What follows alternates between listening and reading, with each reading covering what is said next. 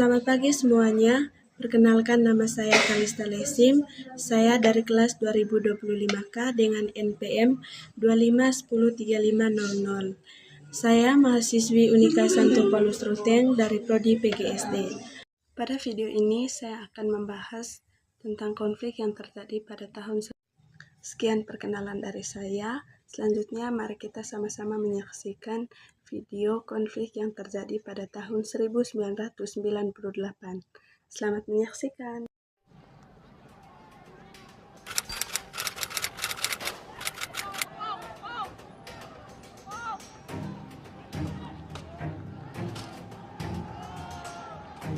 Pagi hari tanggal 13 Mei 1998, Jakarta masih diselimuti duka akibat tewasnya 4 mahasiswa Trisakti sehari sebelumnya.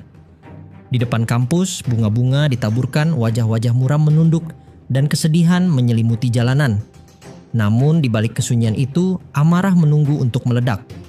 Di gang-gang kecil, pasar, terminal, hingga ruang-ruang perbincangan rakyat, orang-orang membicarakan mahasiswa yang ditembak.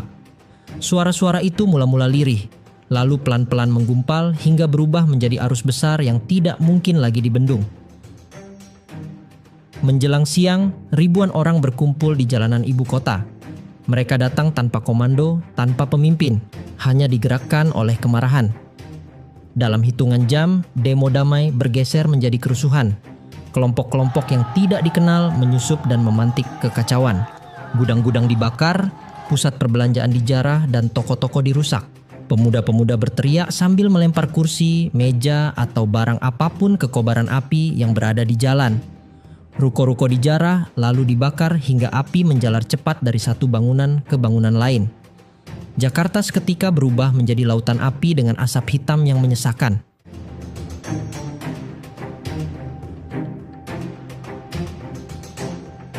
Menjelang sore, keadaan Jakarta kian tak terbendung. Di berbagai sudut kota, aparat keamanan terlihat goyah. Sebagian mundur, sebagian lain seakan lenyap ditelan kekacauan. Banyak kesaksian menyebut, sejumlah tentara hanya berdiri menyaksikan penjarahan, tanpa satupun usaha untuk menghentikan. Di sisi lain, ada segelintir petugas yang berusaha melindungi warga, meski jumlah mereka tak sebanding dengan amukan massa. Secara keseluruhan, ibu kota seolah dibiarkan untuk terbakar. Mobil-mobil dibalik, lalu disulut api dan supermarket dijarah tanpa ampun. Karung-karung beras, televisi, elektronik, hingga pakaian diangkut massa yang brutal. Di sudut-sudut kota terdengar tangisan pemilik toko, memohon agar usahanya tidak dijarah dan dirusak. Bahkan, ada beberapa warga keturunan Tionghoa yang sudah putus asa oleh keadaan, menempel tulisan milik pribumi atau pro-reformasi di etalasenya demi menyelamatkan toko yang mereka miliki. Namun amarah massa yang brutal tidak bisa dibendung. Siapapun yang dianggap bukan pribumi akan jadi sasaran selanjutnya. Malam itu, Jakarta jatuh dalam pelukan kepanikan. Listrik padam di banyak kawasan, menyisakan kegelapan gulita yang hanya diterangi cahaya api dari bangunan-bangunan yang terbakar. Suara letupan tabung gas dari kios-kios yang dilalap api terdengar bersahut-sahutan, menambah suasana mencekam. Warga keturunan Tionghoa memilih berdiam di rumah, mengunci diri sambil menahan napas ketakutan. Sebagian lain bergegas mengungsi.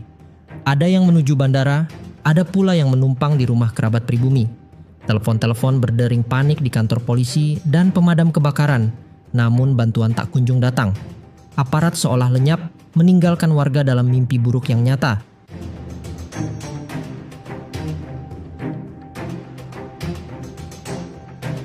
Keesokan harinya, Kamis 14 Mei 1998, Jakarta benar-benar terjerembab ke dalam puncak kebrutalan. Sejak pagi, ribuan orang kembali memenuhi jalanan.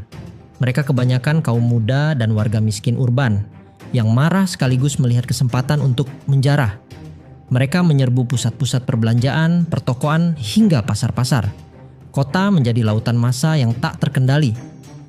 Supermarket dan swalayan seperti Hero, Super Indo, Makro, Goro, Ramayana, Borobudur, dan banyak lagi lainnya porak-poranda.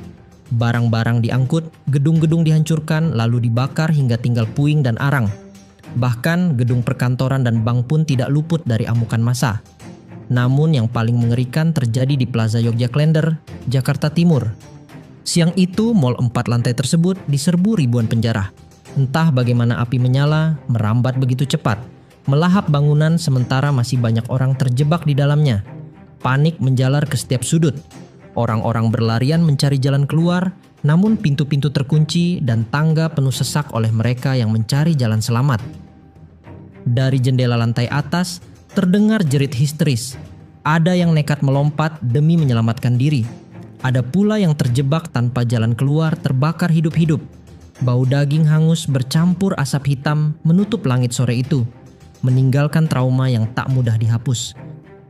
Api di Plaza Yogya baru padam keesokan harinya.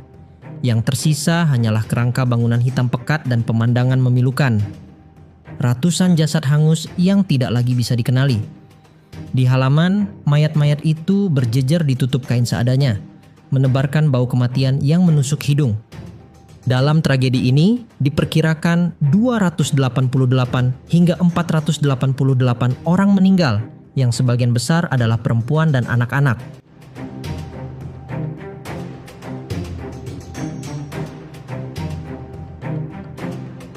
Dengan segera, gelombang kerusuhan menyebar ke kota-kota sekitar Jakarta. Tangerang, Depok, Bekasi, hingga Bogor ikut bergolak. Kawasan niaga milik warga Tionghoa diserang, pasar dibakar, dan rumah-rumah dirusak. Di Bekasi dan Depok, massa merangsek ke pusat perbelanjaan dan swalayan, menjarah barang kebutuhan pokok, elektronik, hingga pakaian. Bogor pun tak luput, dengan pembakaran sejumlah bangunan di pusat kota sebagai luapan amarah terhadap ketidakadilan ekonomi yang dirasakan rakyat kecil. Dari Jawa hingga Sumatera, amuk massa menjalar yang didorong oleh rasa muak terhadap krisis yang kian hari kian menghimpit.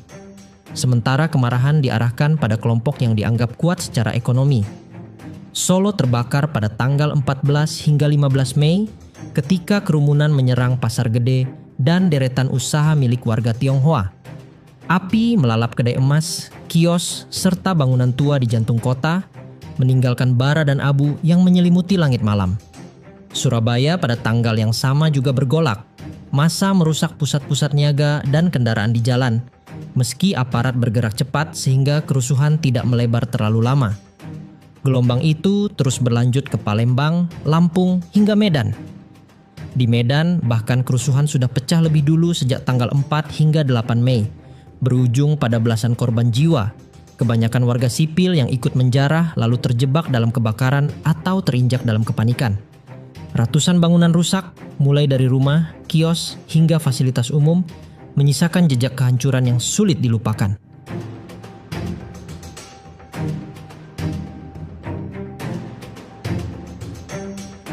Di balik kobaran api dan hiruk-pikuk penjarahan pada Mei 1998, ada tragedi lain yang jauh lebih sunyi, namun begitu kejam menimpa kaum perempuan yang bernama kekerasan seksual. Gelombang kekerasan seksual ini terjadi di berbagai kota, mulai dari Jakarta, Tangerang, Palembang, Solo, Surabaya, Lampung, hingga Medan. Catatan investigasi mencatat sedikitnya 85 kasus, 52 korban penodaan kehormatan, 14 kasus disertai penganiayaan, 10 serangan seksual, dan 9 pelecehan.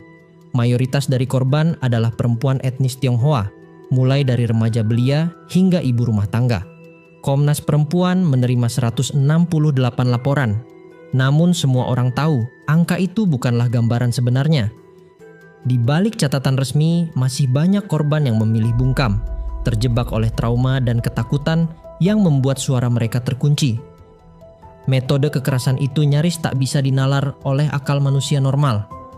Tubuh perempuan diseret dari rumah atau dari tempat usahanya, ditelanjangi, dilecehkan bergiliran, lalu dianiaya, bahkan disiksa dengan benda tajam. Ada yang kehilangan nyawa, ada pula yang masih hidup, namun membawa luka fisik dan batin yang tak pernah sembuh. Hinaan rasial kerap dilontarkan para pelaku saat melampiaskan kepuasan mereka.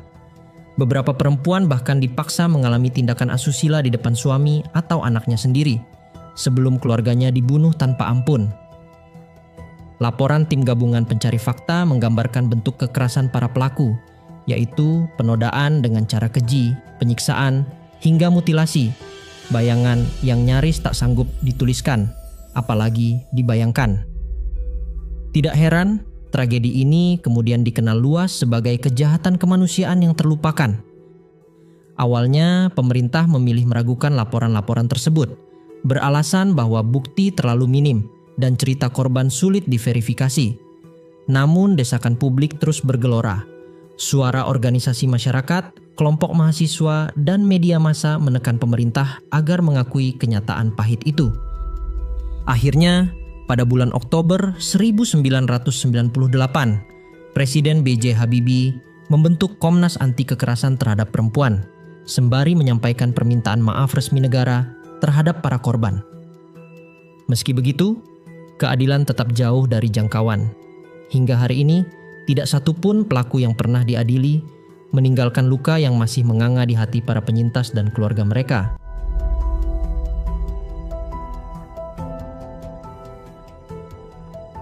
Hari Jumat tanggal 15 Mei, Jakarta mulai bernafas lebih tenang. Patroli militer digelar, jam malam de facto diberlakukan, dan warga memilih berdiam di rumah. Jalanan lengang, pusat usaha menutup pintu, suasana mencekam. Di tengah keheningan itu, Soeharto pulang dari kunjungan ke Mesir dan langsung menggelar rapat bersama petinggi militer. Ia menegaskan tidak akan mundur, meski laporan korban jiwa dan kisah-kisah tragis mulai bermunculan, memperlihatkan betapa dalamnya luka bangsa. Namun, keadaan genting masih berkecamuk. Hari-hari berikutnya justru menjadi penentu arah sejarah. Tanggal 18 Mei, ribuan mahasiswa berhasil menembus barikade dan menduduki gedung MPR atau DPR. Tidak ada peluru yang ditembakkan, aparat memilih menahan diri. Spanduk besar bertuliskan "Soeharto mundur" berkibar di atap parlemen, menjadi simbol yang segera menyebar ke seluruh layar televisi dan menguatkan keyakinan bahwa rezim Orde Baru berada di ujung tanduk. Pada hari yang sama, Ketua MPR Harmoko, yang selama ini dikenal paling setia pada Soeharto, mendadak berbalik arah dengan menyerukan agar Presiden mengundurkan diri demi persatuan bangsa. Ucapan itu bagai palu terakhir yang menghantam posisi Soeharto. Keesokan harinya, tanggal 19 Mei, Soeharto berusaha mencari jalan keluar dengan mengundang tokoh-tokoh Islam, yang diantaranya adalah Gus Dur, Nurholis Majid, dan Kiai Ali Yafi. Namun, suara yang datang dari mereka justru senada dengan rakyat. Di sisi lain, dari dalam kabinet tekanan semakin kuat. 14 menteri menyatakan siap mundur bersama-sama bila Soeharto tetap bertahan. Pemerintahan praktis lumpuh. Di luar gedung, Amin Rais sempat mengumumkan rencana menggelar demonstrasi besar di Monas pada tanggal 20 Mei. Namun ia batalkan karena khawatir akan terjadi pertumpahan darah yang lebih besar.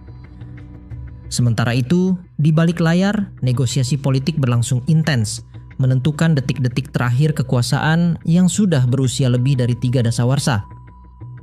Akhirnya, pada Kamis, 21 Mei 1998, tepat pukul 9 pagi waktu Indonesia Barat, layar televisi nasional menayangkan siaran langsung dari Istana Merdeka. Soeharto tampil dengan wajah letih, lalu dengan suara bergetar namun tegas, ia membacakan pernyataan singkat yang berisi bahwa dirinya mengundurkan diri dari jabatan Presiden Republik Indonesia. Sesaat kemudian, Wakil Presiden Baharudin Yusuf Habibie dilantik sebagai penggantinya. Dalam hitungan menit, arah sejarah bangsa berubah. Kabar itu secepat kilat menyebar. Di gedung DPR, mahasiswa yang sejak berhari-hari bertahan langsung bersorak, saling berpelukan dan menyanyikan lagu-lagu perjuangan. Air mata mengalir, meluapkan rasa lega sekaligus penghormatan kepada kawan-kawan yang telah gugur. Di jalan-jalan ibu kota, masyarakat berhamburan keluar rumah, memukul kentongan, berkonvoi kendaraan, dan meneriakkan satu kata yang menggema di mana-mana, reformasi. Indonesia menyaksikan sendiri kejatuhan seorang pemimpin yang selama lebih dari 3 dekade dianggap tak tergoyahkan. Namun di balik sorak kegembiraan itu, refleksi pahit tak bisa dihindari. Kejatuhan Soeharto bukan sekadar akhir sebuah rezim, melainkan tanda betapa mahalnya harga yang harus dibayar. Darah mahasiswa yang tumpah, rumah dan toko yang hangus, perempuan-perempuan yang menjadi korban kekerasan hingga trauma yang tak hilang sampai kini. Semua menjadi pengingat bahwa reformasi lahir bukan dari pesta, melainkan dari luka. Sejarah mencatat, bangsa ini pernah diguncang sampai ke akar, dan hanya dengan keberanian rakyatlah sebuah tembok kekuasaan akhirnya runtuh.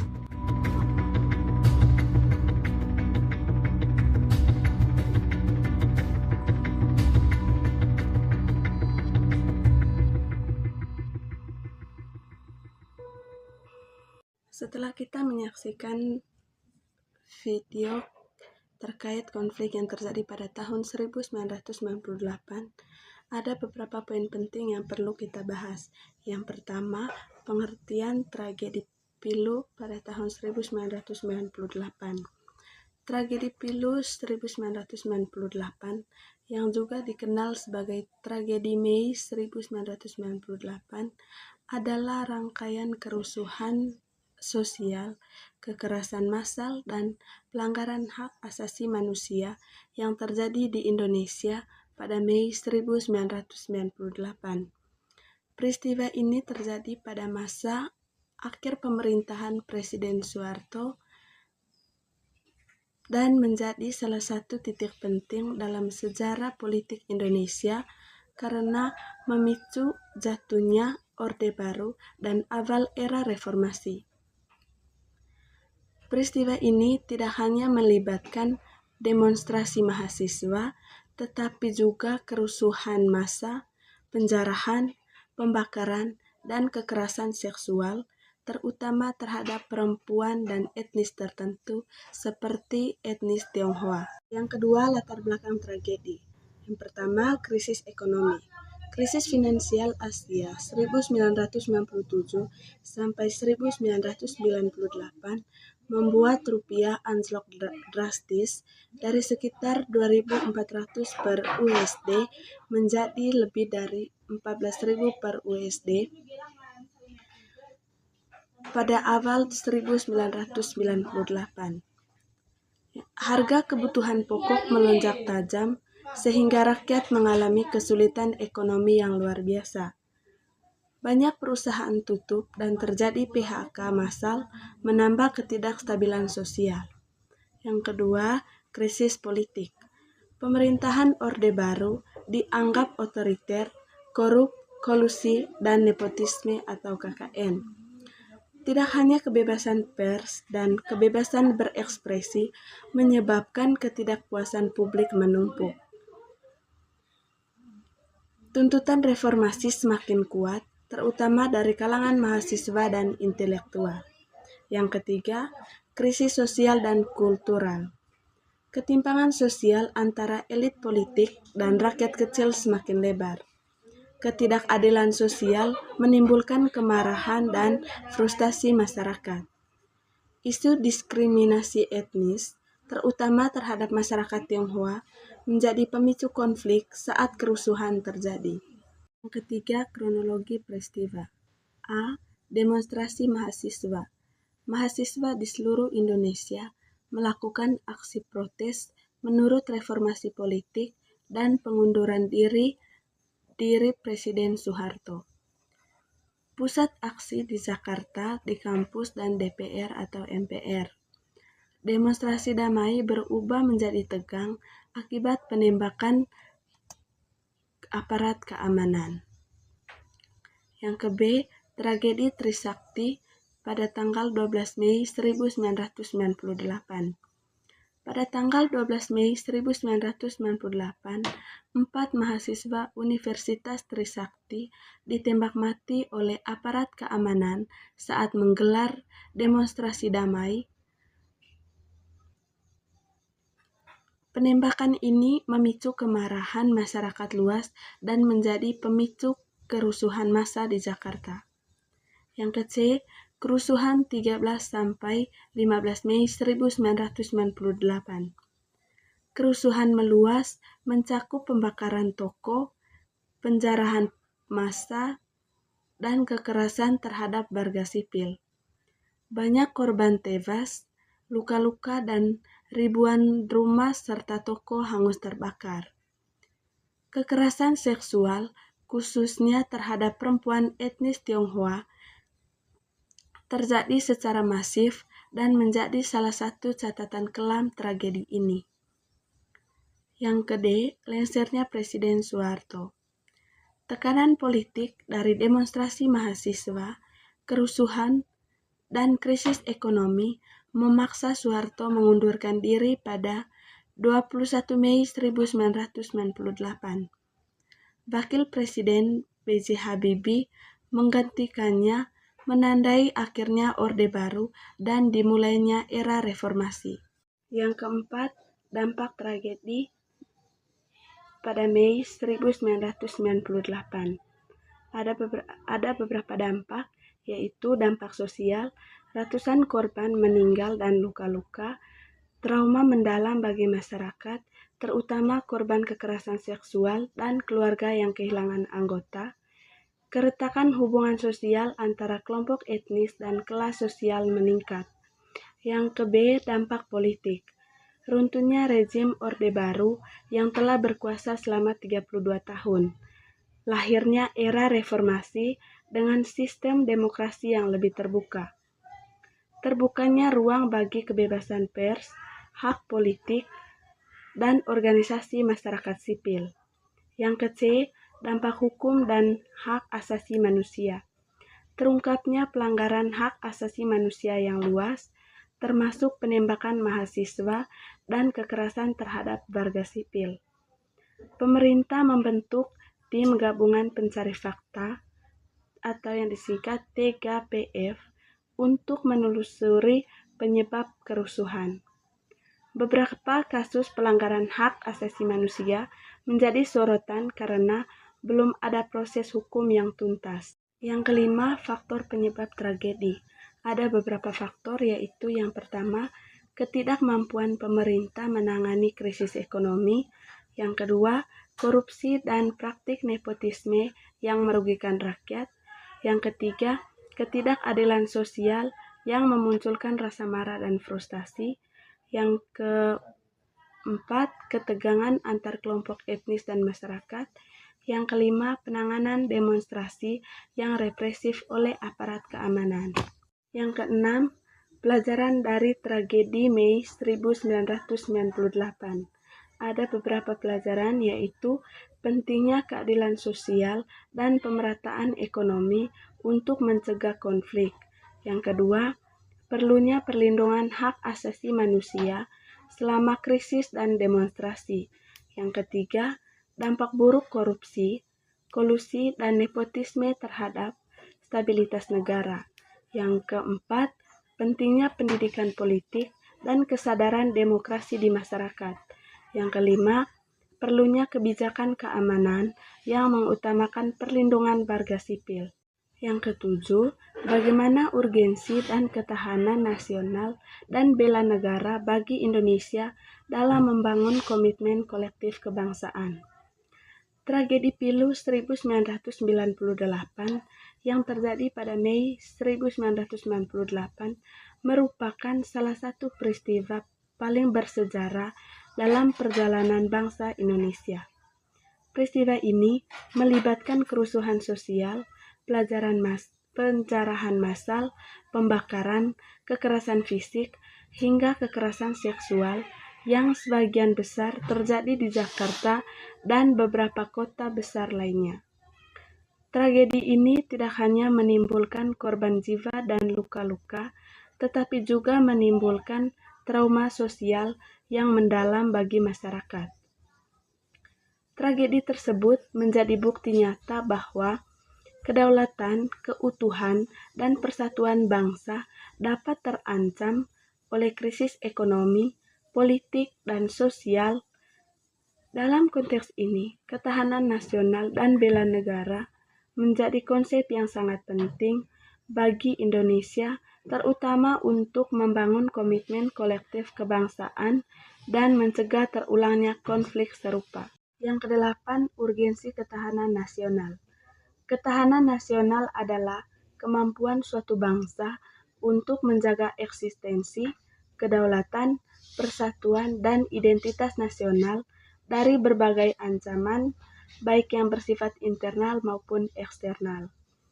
Tragedi 1998 menunjukkan beberapa aspek urgensi ketahanan nasional. Yang pertama, kerapuhan sosial dan politik. Tragedi ini menunjukkan bahwa ketimpangan sosial, ketidakadilan ekonomi, dan ketidakstabilan politik dapat memicu konflik yang meluas. Ketidakmampuan pemerintah menyerap aspirasi masyarakat, terutama mahasiswa dan kelompok marginal, menunjukkan lemahnya mekanisme demokrasi pada masa itu. Yang kedua, ancaman terhadap persatuan bangsa. Konflik etnis, khususnya terhadap masyarakat Tionghoa, menunjukkan bagaimana ketidakadilan dan diskriminasi dapat memicu perpecahan sosial. Kerusuhan yang terjadi menimbulkan risiko fragmentasi sosial yang dapat mengancam keutuhan bangsa. Yang ketiga, kesiapan menghadapi krisis. Tragedi 1998 menegaskan bahwa ketahanan nasional tidak hanya bersifat militer, tetapi juga ekonomi, sosial, politik, dan budaya. Negara yang tangguh adalah negara yang mampu mengantisipasi, mencegah, dan menangani krisis secara efektif tanpa kehilangan stabilitas dan persatuan. Yang kesembilan, peran bela negara dalam konteks tragedi 1998. Bela negara adalah kesadaran, sikap, dan tindakan warga negara untuk melindungi kedaulatan, keutuhan, dan keselamatan bangsa. Tragedi 1998 menegaskan bahwa bela negara tidak terbatas pada aspek militer, melainkan juga sosial, politik, dan budaya.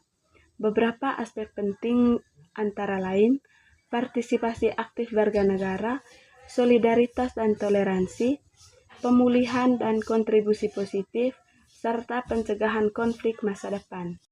Yang ke-10, membangun komitmen kolektif kebangsaan. Komitmen kolektif kebangsaan adalah kesadaran dan tekad bersama seluruh elemen bangsa untuk menjaga persatuan, keutuhan, dan identitas nasional. Tragedi Pilu 1998 memberikan pelajaran penting tentang cara membangun komitmen ini, yaitu kesadaran sejarah, penguatan nilai Pancasila dan Bhinneka Tunggal Ika, pendidikan bela negara, ketahanan nasional sebagai pilar kolektif. Yang ke-11 yaitu kesimpulan. Tragedi Pilu 1998 menegaskan bahwa kedaulatan, persatuan, dan stabilitas Indonesia sangat bergantung pada ketahanan nasional yang kuat dan kesadaran bela negara yang tinggi. Dengan ketahanan nasional dan bela negara yang terinternalisasi, masyarakat Indonesia dapat menghadapi ancaman, mencegah konflik, dan menjaga persatuan bangsa sehingga tragedi serupa tidak terulang di masa depan. Yang terakhir, daftar pustaka. Harun MND 2023, Urgensi Ketahanan Nasional dan Bela Negara dalam Menanggapi Ancaman Kedaulatan. Analisis Strategi Hukum dan Kebijakan di Indonesia. Jagat Jurnal Hukum. Yang kedua, Handayani Suastra dan Arniana 2023, Creating National Resiliency Through State Defense and Students Character at Gerakan Sekolah Belajar, Jurnal Pendidikan Indonesia. Prakesti 2022, Nasionalisme dalam Ketahanan Nasional, Jurnal Pancasila dan Bela Negara. Yang keempat, Suryata 2020, Aktualisasi Kesadaran Bela Negara bagi generasi muda dalam meningkatkan ketahanan nasional, Public Inspiration. Jurnal Administrasi Publik. Yang kelima, Suryatni 2019, Bela Negara sebagai penjabantahan dalam ketahanan nasional berdasarkan Undang-Undang Dasar 1945, Jurnal Ilmiah Hukum Dirgantara.